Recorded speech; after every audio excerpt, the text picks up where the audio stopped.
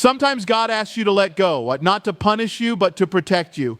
If peace fades, doors keep closing, your identity dims, and prayer brings heaviness, it's a sign. Trust Him.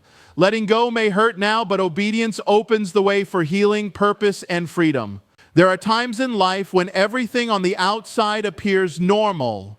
You smile, you go through the motions, and you tell yourself things are fine. But deep within, your spirit begins to stir in ways you can't ignore.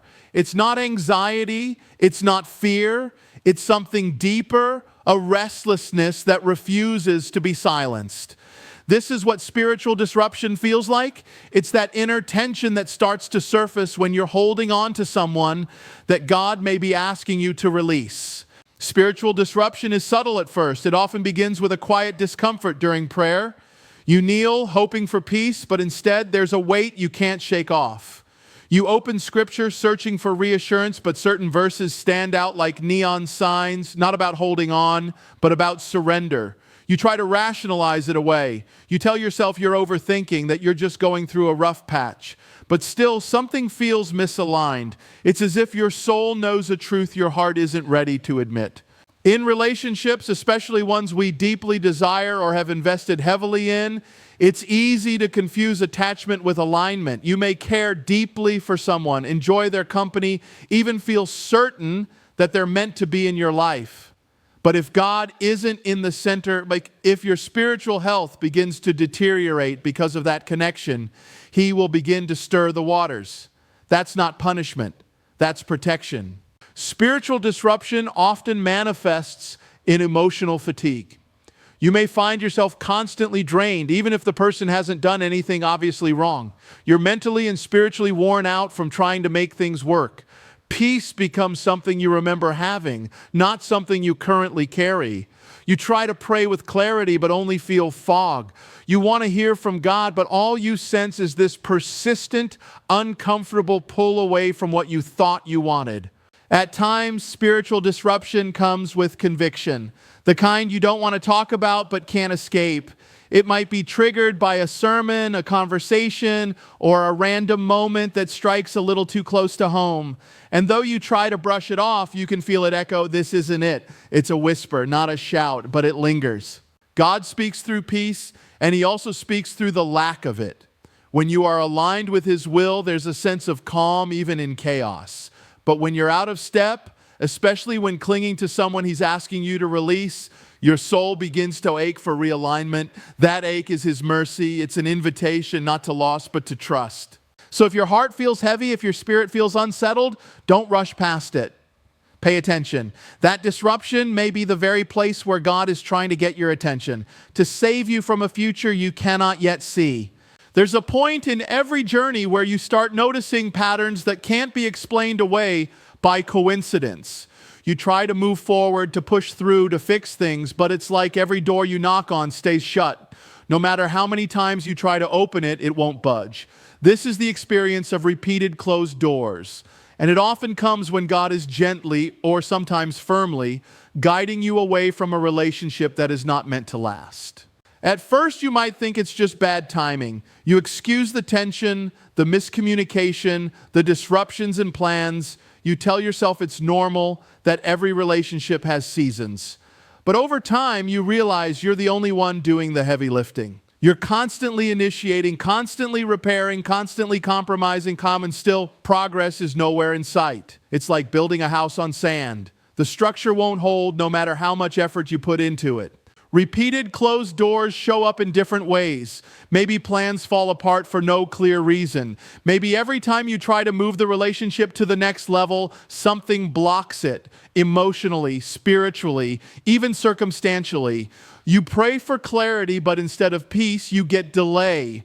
Instead of connection, you get confusion. Instead of fruit, you get frustration. Over and over, you come to the same wall, and eventually you have to ask, is God keeping this door closed for a reason?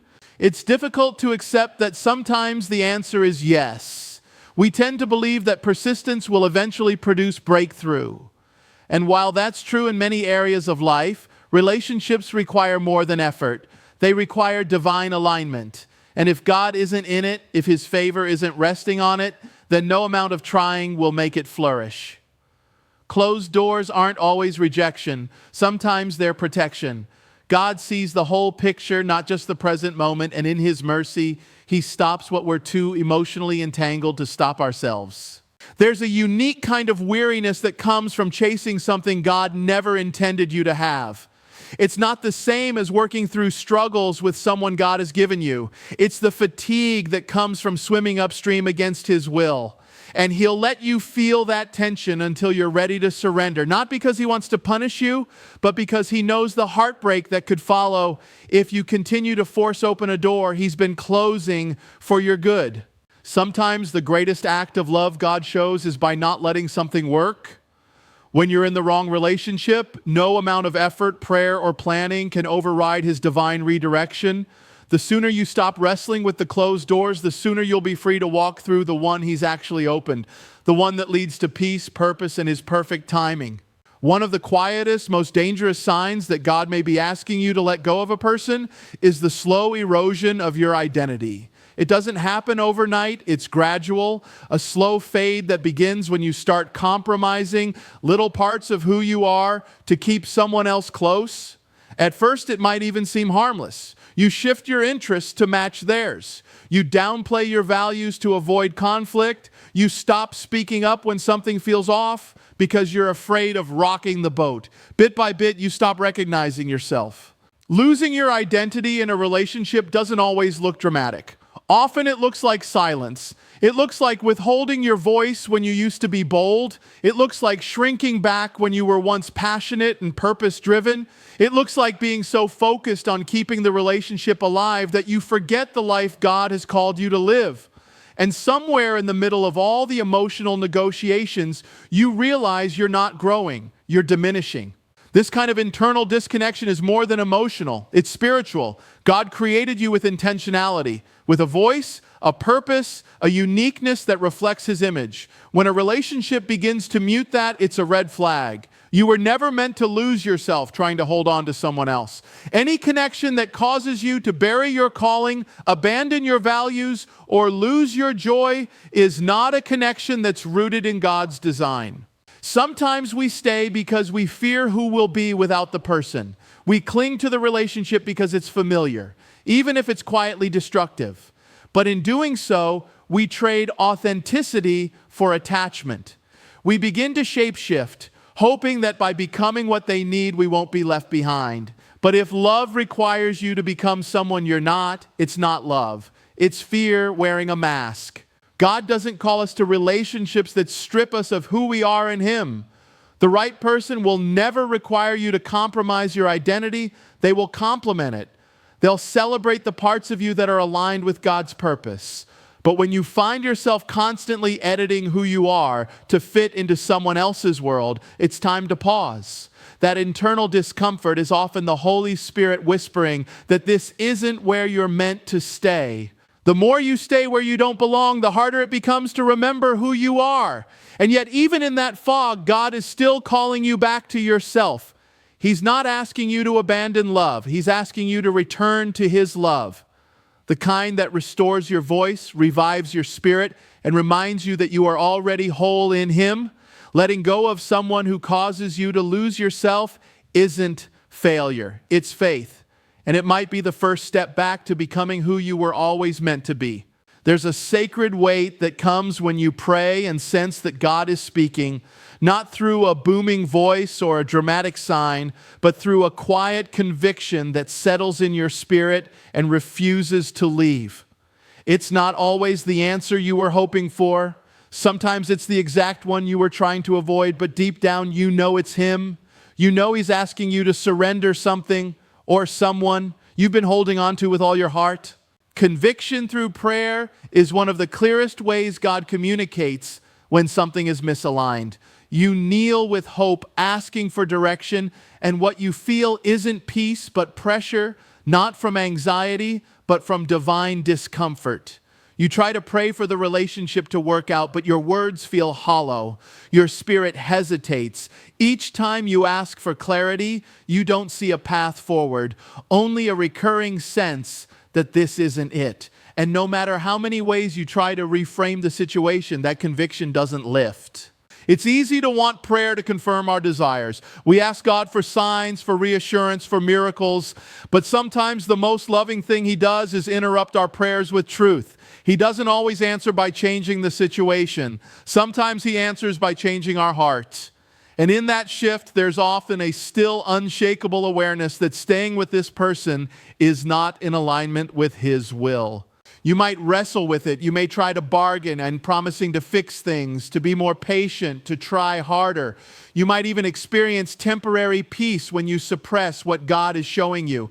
But eventually, when you're quiet enough to really listen, the same truth rises back to the surface. The relationship that once felt full of possibility now feels heavy. The dreams you had now come with tension, and prayer, which once brought comfort, now feels like a spotlight on everything you're trying not to see. Conviction doesn't come to shame you, it comes to lead you. It's God's way of protecting you from settling, from clinging to something that may cost more than you can see right now. He's not trying to take something from you to hurt you. He's trying to guide you to something greater. But before He can lead you into that new season, He often asks you to release what no longer fits the future He has prepared for you. There's a difference between momentary doubt and consistent spiritual resistance. When God is convicting you through prayer, it won't go away just because you ignore it. It lingers. It shows up in your quiet moments, in your questions, in your spirit. And though it may break your heart to acknowledge it, there's also a strange peace on the other side of obedience, the kind that doesn't always come before the decision, but always follows it. Because when you choose to trust God's conviction over your own comfort, you begin to walk in a freedom that only surrender can unlock.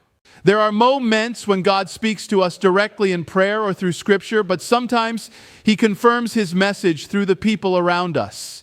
It may come unexpectedly, a conversation with a trusted friend, a message in a sermon, a verse someone shares with you without knowing what you're going through, and suddenly it echoes what you've already been sensing in your heart. This is how God often brings confirmation through others, especially when He's asking you to let go of a person who's no longer meant to stay. When we're deeply attached to someone, it's easy to second-guess the convictions we feel. We wonder if it's just our emotions or if we're misinterpreting what God is saying. That's why He often uses others to reinforce the truth, not to pressure or control us, but to help us see more clearly what we might be too emotionally entangled to discern on our own. And when God speaks this way, it's usually gentle, timely, and unmistakably aligned with what you've already been sensing. It could be a mentor who notices a shift in you, how you've become quieter, more drained, or disconnected from your purpose.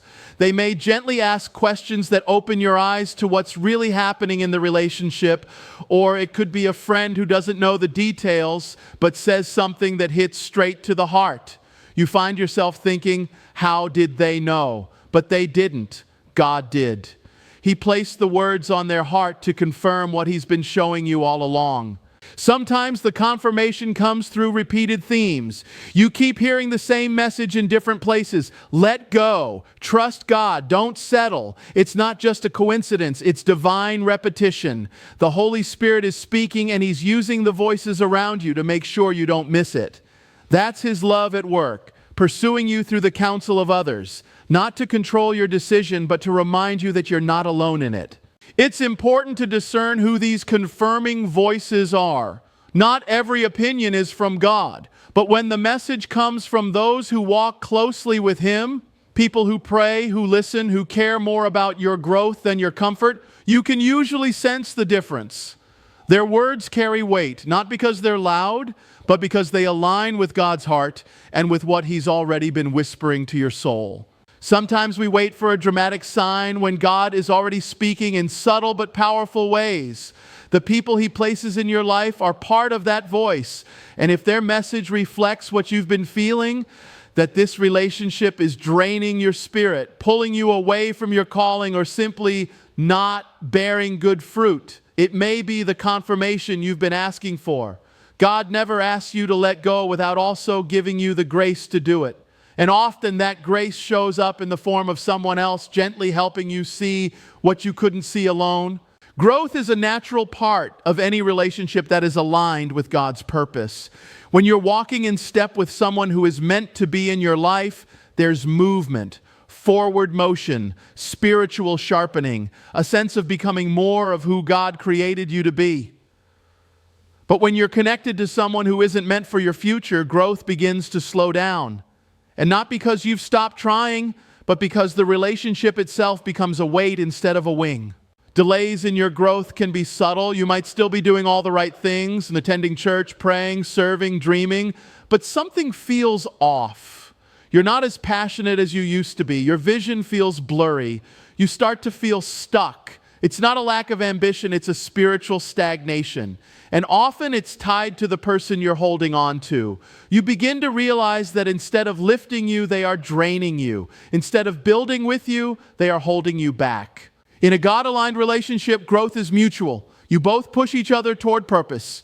You sharpen each other in the faith. You celebrate each other's wins and call each other higher. But in the wrong relationship, one person often grows while the other resists. Or worse, pulls the other down to avoid being left behind.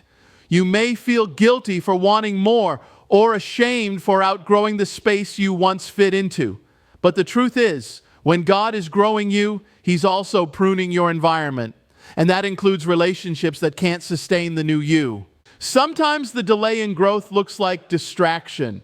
You spend so much emotional energy trying to maintain the relationship that you no longer have capacity to pursue your calling. You stop dreaming because you're busy managing dysfunction.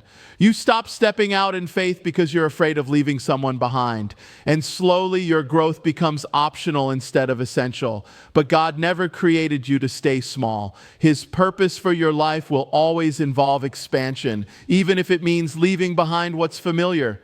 You may start to feel a quiet frustration, a spiritual itch that won't go away. It's God letting you know that there's more, but you can't step into it while clinging to someone who was only meant for a season. The longer you delay obedience, the longer you delay growth. And while God is patient, He will not force you to move. He'll let you feel the tension until you're ready to choose faith over fear. What you're feeling isn't failure. It's divine discomfort meant to wake you up. You're not wrong for wanting to grow, and you're not selfish for realizing that someone you care about may no longer be part of the journey ahead. God doesn't just care about your heart, and He cares about your growth. And if someone is standing in the way of that, He will ask you to let go so that you can become everything He created you to be. There are times in life when we seek God with open hands and honest hearts, asking for direction, clarity, or just a glimpse of what lies ahead. And sometimes we're met not with immediate answers, but with silence. Not the kind of silence that feels peaceful, but the kind that feels confusing, even painful. When it comes to a relationship you've been holding on to, that silence can be a sign. It's not always that God isn't speaking. Sometimes it's that He's already spoken, and now He's waiting for you to trust what He didn't say. When a relationship is aligned with God's will, you often feel a sense of clarity about the future. It doesn't mean you'll know every detail, but there's a peace about the direction you're heading. But when God is asking you to let go of someone, that peace begins to fade. You pray and receive no confirmation. You ask about the future, and all you get is static. You try to picture a life with this person, and instead of excitement, you feel unsettled. It's not that you don't want it to work, it's that you can't see how it possibly could. God's silence on the future is rarely random. Often it's His mercy in disguise. He's not ignoring you. He's protecting you, because if He showed you everything ahead of time, you might cling even tighter to the very thing He's trying to help you release. In His wisdom, He sometimes withdraws the vision to invite you into trust. He allows the silence to create space, not for confusion, but for surrender. You may notice that every time you try to make plans, something feels off. Every time you ask for confirmation, there's hesitation in your spirit. The conversations you used to enjoy now feel forced. The dreams you once shared feel distant. And when you imagine building a life together, it feels more like pressure than peace. That's not by accident. When God removes His hand from something, it doesn't mean He's abandoning you. It means He's inviting you to release it so He can guide you into something better. One of the hardest places to be is in a relationship where God has gone quiet. It feels like wandering without a map. But in that silence, He's drawing your attention inward, not just to analyze the relationship, but to realign your heart with Him. He's not trying to punish you. He's trying to prepare you. The silence is not rejection. It's a test of your willingness to let go of what feels good for what is good. If the future feels blurry, if you keep asking and hearing nothing, if you sense more confusion than clarity, don't dismiss it. That silence might be God's loudest answer, not because He wants to leave you in the dark, but because He wants you to stop chasing a future He never wrote. Trust that He's still leading, and even when He's quiet. There comes a point in your journey with God where you realize that holding on is no longer strength, it's resistance. You've prayed, pleaded, rationalized, and hoped. You've tried to convince yourself that if you just loved more, waited longer, or worked harder, the relationship would turn into what you believed it was meant to be. But deep in your spirit, you know the truth. God is not asking for more effort. He's asking for surrender. Surrender doesn't come naturally. It goes against everything in us that wants control, certainty, and comfort, especially when you've invested time, emotion, and hope into a person. Letting go feels like giving up on the future you imagined. But sometimes God calls you to lay something down, not because it was never real, but because it's no longer right. And He doesn't rush you into that surrender. He patiently waits as you wrestle because He knows the beauty that follows when you finally release what you were never meant to carry. A call to surrender is not a punishment, it's an invitation. It's God saying, trust me more than your plans. Trust me more than your feelings. Trust that my no is as loving as my yes. He's not asking you to abandon your desire for connection. He's asking you to believe that He can fulfill it in a way that doesn't compromise your peace, identity, or calling. When God asks you to surrender a person, it's not always because they're a bad person. It could be that the timing isn't aligned, that your paths were meant to cross but not continue, or that the relationship has become an idol, something you're unwilling to release, even if it's keeping you from fully following Him. That's when surrender becomes sacred. It's not about losing someone. It's about choosing obedience even when your heart doesn't fully understand. You'll feel the tension in the waiting. The urge to go back and make it work will rise. But something in you, one deeper than logic, will know that letting go is the only way forward. It will hurt. You'll grieve not just the person, but the version of the future you pictured. And still God will be there, not rushing you, not shaming you, but gently reminding you that anything you surrender into His hands is never wasted. On the other side of surrender, there's clarity.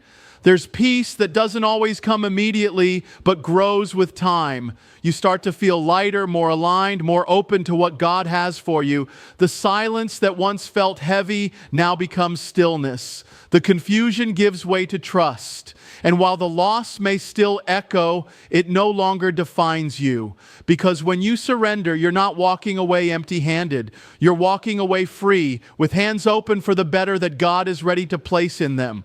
In every season of life, God's guidance often comes wrapped in challenges that ask us to trust beyond our understanding. When He calls us to let go of a person, the signs are subtle yet profound. From spiritual disruption and repeated closed doors to loss of identity, delayed growth, silence about the future, and confirmation through others. These moments of discomfort and clarity are invitations to surrender, not as a sign of failure, but as a step toward the fullness of the life He has planned for us. Letting go is never easy, but it is often necessary for us to embrace the freedom, purpose, and peace that come when we choose obedience and trust in God's perfect timing and love.